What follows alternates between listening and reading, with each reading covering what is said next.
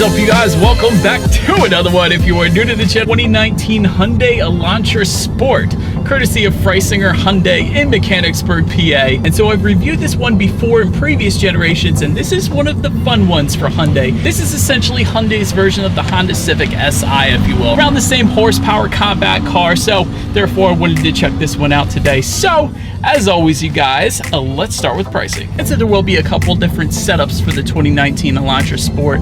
There is the 6-speed manual option starting at $22,600, and then you have the 7-speed dual clutch transmission, which is the one we have today with paddle shifters, by the way, which you know we'll be testing out. But this option is going to start at $23,700. But regardless of which setup that you go with, the power plant is going to be the same. Powering the 2019 Elantra Sport is a 1.6-liter turbocharged inline 4-cylinder engine, putting out 201 horsepower at 6,000 RPM, 195 pound-feet of torque available at 1,500 RPM. Power is going to be sent to the front wheels again through a 6-speed manual or a 7-speed DCT, giving you a 0 to 60 time coming in at approximately 6.3 seconds. And for comparison's sake, the Civic Si usually comes in at around 6.7, so that is why I was making that comparison earlier. But MPG numbers come in at 22 in the city, 30 on the highway. But so before we test out any kind of accelerations or paddle shifters, I did want to mention there are drive modes for the Elantra Sport. That button's going to be located just to the left of the shifter there, but those drive modes will include normal, sport, and smart. Smart being the one where the car kind of adjusts to your own driving style, so that's kind of cool. But still, what those driving modes are actually going to do is adjust things like the shift points, at least if you go with the DCT, also the throttle response and the steering sensitivity as well. And so I did just put it in that sport mode, and I gotta say, it is a little heavier of a feel to the steering wheel. But so now, having touched on the driving modes, I think you guys know what we have to do next. What I am actually gonna do is put the shifter all the way to the back and to the left, and that is gonna give me full control over the shifting. And I think we are going to test out these paddle shifters as well as the acceleration here. And let's see how quickly we can get this turbocharged 4-cylinder here up to speed. Holy cow. Wow, this thing is remarkably quick for the size of the car that it is. I've got a little bit of spinach there in first gear. This thing is fun, I gotta admit, especially with the dual clutch here we got today. Lightning quick paddle shifters, by the way, definitely no issues there. It's almost like I was driving an Audi or something. Definitely a quick reaction to the paddle shifters, but very nice acceleration. I'm pleasantly surprised. And so then, to go along with that acceleration, as always, braking is equally important. And so of course you will find 4-wheel disc brakes. Up front, 12-inch front rotors, in the back, 10-inch rear rotors. As far as the braking feel goes, I've had absolutely no issues as expected. This is a smaller car, so it really doesn't take too much to bring this thing to a stop. Then touching on suspension and handling a little bit, up front you will find a McPherson strut front suspension with coil springs and a stabilizer bar. In the back, the sport trim of the Elantra is actually going to be the only trim of the Elantra that gets an independent multi-link rear suspension. That is part of the reason why I like the Elantra Sport. The other trim levels are going to give you a torsion beam rear suspension. We're not talking about them today, of course, but what I'm saying essentially is you're going to have a better handling setup if you go with the Elantra Sport. And again, when it comes to the steering feel, it actually is quite nice. At least when I'm in sport mode here, it definitely points you in the direction that you want to go very easily. When it comes to ride quality, I've actually had no issues. Sometimes you do feel a little bit more of the road with compact cars, but really it's not been any kind of problems for me. I think it's actually soaking up Pennsylvania's road imperfections pretty nicely so far.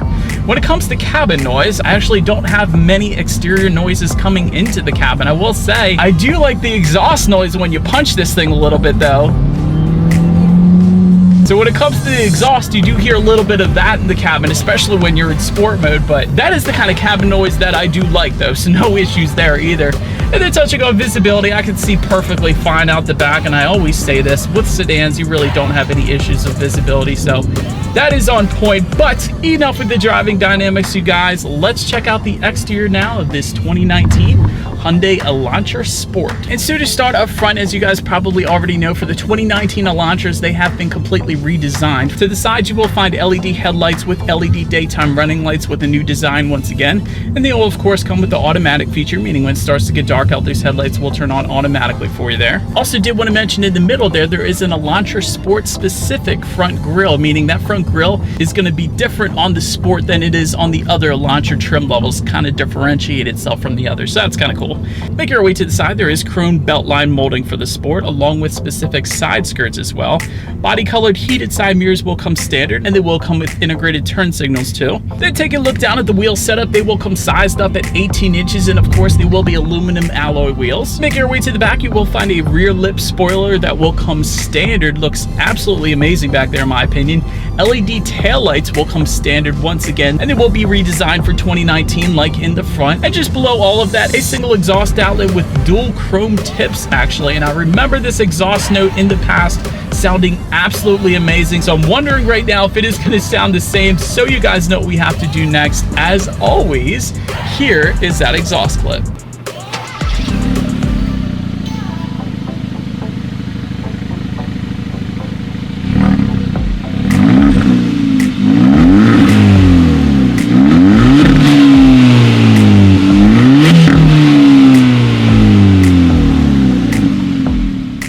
So, but now since we are around back, to pop that rear trunk, there is a button on the key fob, so simply just press that if you like.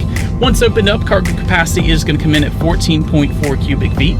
If that was not enough space, there actually is a 60-40 split, meaning those rear seats do fold down for quite a bit of extra space if you needed it there. Make your way to the rear legroom. That is going to come in at 35.7 inches. So for reference, I'm an even 6 feet tall. This is how much space I had. And for those rear passengers, they will also find a rear center armrest with cup holders for a little added luxury back there for them.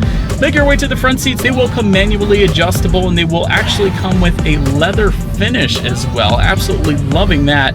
With red contrast stitching, again, definitely a nice touch to this one. And that Sport insignia is going to be etched into the top part of the seating as well.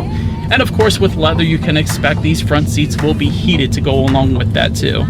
Then take a look up front. There is a tilt and telescoping steering wheel. Again, it is going to come leather wrapped. When it comes to the startup, let me first start by showing you guys the key here. You do have your Hyundai logo on the one side, and when you flip it over, lock, unlock, and again, that button to pop the rear hatch. But for either setup that you go with, you will actually get a push button start, which is going to be located just by the driver's right knee. So what I'm going to do is simply just put my foot on the brake and press that engine start button there. And so, but then once started up, tachometer is on your left, speedometer is on your right. There is a small digital display front and center. And to control what is on that digital display, simply use the steering wheel mounted controls on the right side there. Good bit of different things you could scroll through, like your average miles per gallon, how many miles you have left until you hit empty. It's going to display your driving moods. There's a digital speedometer and quite a bit more than that actually as well. And then touching on overall interior quality, a power sunroof is actually going to come standard on the Elantra Sport. That's nice, as well as a black headliner leatherette door inserts. That's always nice.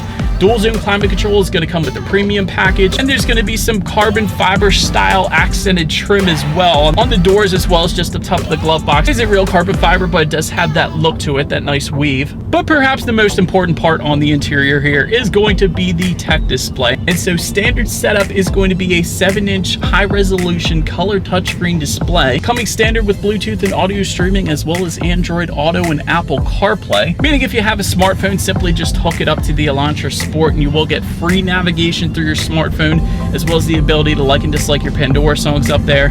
And if you want with the premium package, you will actually get an 8-inch color touchscreen display, and that's actually going to come with factory navigation as well. We actually do have that premium package today, so that is what you're looking at right now. But you can also check out climate control information up there, as well as your radio settings as expected. And by the way, when it comes to the sound system on this one, you will get 6 speakers that will come standard. And of course, I put it that way because once again, if you go with the premium package, you will get an 8-speaker infinity sound system. That is going to come with a subwoofer, and again, that is the one we have today. So you guys know what we have to do next. Let's turn on the radio, see what we got playing today, and let's test out the clarity of this 8-speaker infinity sound system. Oh was crazy.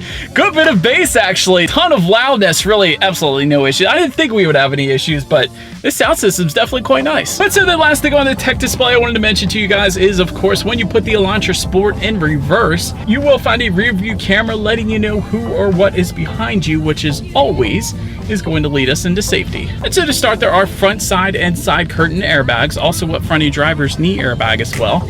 In the back, you're going to find latch, aka lower anchors and tethers for children for the rear car seats.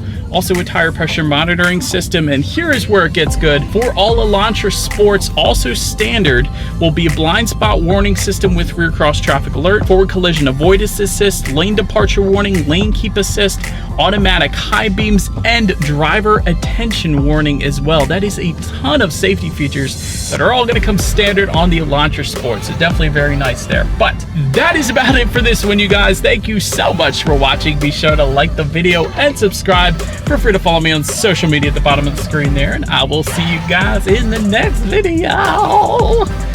Stay gold.